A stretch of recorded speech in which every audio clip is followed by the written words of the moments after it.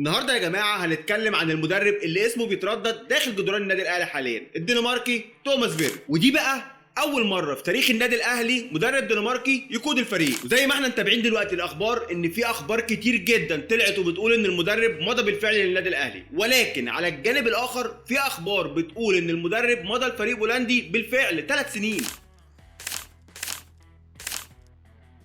اما بقى الناس في الشارع منقسمه لقسمين، في ناس بتقول ان المدرب قوي جدا وحقق ارقام كويسه جدا في الدنمارك، وفي ناس بقى تانية شايفه ان المدرب عادي جدا جدا جدا وانه ما خرجش من الدنمارك وما عملش اي بطولات بره الدنمارك وانه عشان رخيص النادي الاهلي جابه. تعالوا بقى نفك الطلاسم ونشوف الراجل ده مين والراجل ده هيعمل ايه مع النادي الاهلي.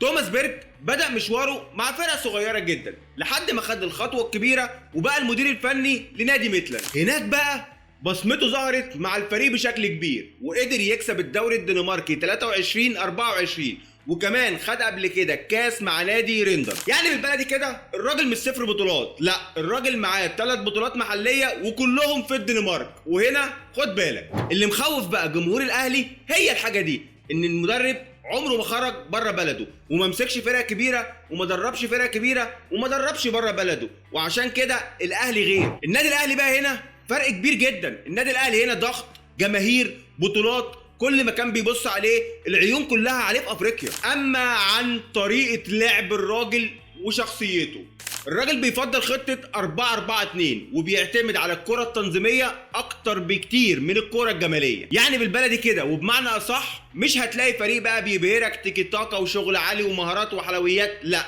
ولكن هتلاقي فريق بيعرف يقف كويس جدا وبيعرف يقفل وبيخلص مباريات. الميزه الكبيره بقى اللي كانت عنده مع فريق ميتلاند هي الكرات الثابته، وكان معاه مدرب قوي جدا جدا خاص بالكرات الثابته هو مارتن مارك. وميتلاند في الموسم ده كان اكتر فريق بيسجل اهداف من كرات ثابته، يعني مثلا سجل 27 هدف في المباريات. مش بس كده، لا ده اقل فريق في الدوري دخل فيه اهداف من كور ثابته. ولكن خد بالك مارك دلوقتي ساب الفريق وراح نيوكاسل مع ايدي هاو. السؤال هنا بقى، هل توماس بيرج هيقدر يكرر اللي عمله في ميتلاند مع النادي الاهلي من غير الراجل ده؟ وزي ما احنا عارفين ان اي مدرب بيجي بيبقى عنده ميزات وعنده عيوب. تعالوا نعرف ميزات الراجل ده وعيوب الراجل ده كمان. واول ميزه انه مدرب واقعي، مش بيحب يخش المغامرات بشكل مبالغ فيه. غير بقى انه بيعتمد على اللياقه البدنيه والقوه الجسمانيه. وركز عشان في لعيبه في النادي الاهلي هتكون معاه بشكل اساسي وفي لعيبه جامده جدا هتطلع من حساباته. الميزه الثالثه بقى ان عنده مرونه تكتيكيه وبيعرف يغير حسب المنافس اللي هيلعبه. ده غير بقى انه كسب بطولات حتى لو بطولات محليه، ولكن في الاخر السي في بتاعه بيقول ان كسب بطولات.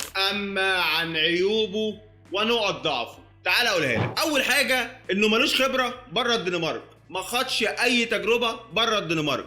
ده غير بقى ان الجمهور بيقول عليه انه اسلوبه ممل شويه، يعني بالبلدي كده اسلوبه مش ممتع للجمهور وللناس اللي بتتفرج عليه. ولحد الان شخصيته مش واضحه ومفيش تقرير رسمي بيقدر يوضح ده. هل هو بيقدر يتعامل مع النجوم الكبار؟ طب هل بيقدر يتعامل مع الضغط الجماهيري؟ لحد الان محدش يعرف. ولكن اللي ظاهر واللي معروف عنه ان هو مدرب عملي، مش بيحب الشو والكاميرات والكلام الفاضي ده خالص. اما بقى عن الشارع المصري فعنده انطباع غريب جدا. اللي حصل ان الاداره علت سقف طموح جماهير النادي الاهلي فوق ما تتخيل. يعني مثلا الناس كانت بتتكلم على اسماء كبيره جدا زي برونو لاج وفيشر واسماء كتير جدا لان سقف طموح النادي الاهلي عالي قوي. وفجاه وسط كل ده طلع اسم توماس بيرج. طبيعي الناس حست بصدمه، الجمهور اتصدم وكله بقى يقول ايه ده، هو ده. ولكن تعالوا بقى نرجع بالذاكره ونفتكر حاجه مهمه.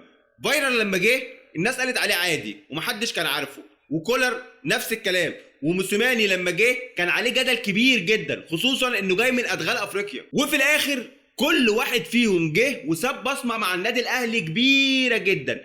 الاختصار، الاهلي مش بيعيش على اسم المدرب، لا الاهلي هو اللي بيصنع المدرب. رسالتي بقى لجمهور النادي الاهلي، الخوف شيء طبيعي والشك شيء طبيعي، لكن الاهم انك تدعم المدرب ايا كان من هو من اول يوم. باختصار الاهلي مش ناقص جو سلبي جوه اوضه اللبس. اللعيبه لازم تحس ان الجمهور داعم المدرب من اول يوم يمسك في الفريق، وان الجمهور مع المدرب ايا كان من هو وفي ظهره مش ضده. السؤال هنا بقى، هل توماس بيرج هيبقى فايلر الجديد ولا هيبقى ريبيرو تاني؟ ده اللي احنا هنشوفه. ولكن يا عزيزي الاهلي اكبر من اي مدرب واحنا اللي بنصنع التاريخ لاي مدرب يمسك النادي الاهلي. استنوا بقى مني اقوى تحليل وتوقعات وتحليل شخصيه الراجل مع اول لقاء رسمي مع النادي الاهلي. في النهايه يا حبايب قلبي ما تنساش لازم تكون داعم لينا بانك انت تعمل لايك وتشترك في القناه وتفعل الجرس، لان ده بيدعمنا ان احنا نستمر ونقدم لك احلى حاجه. سلام.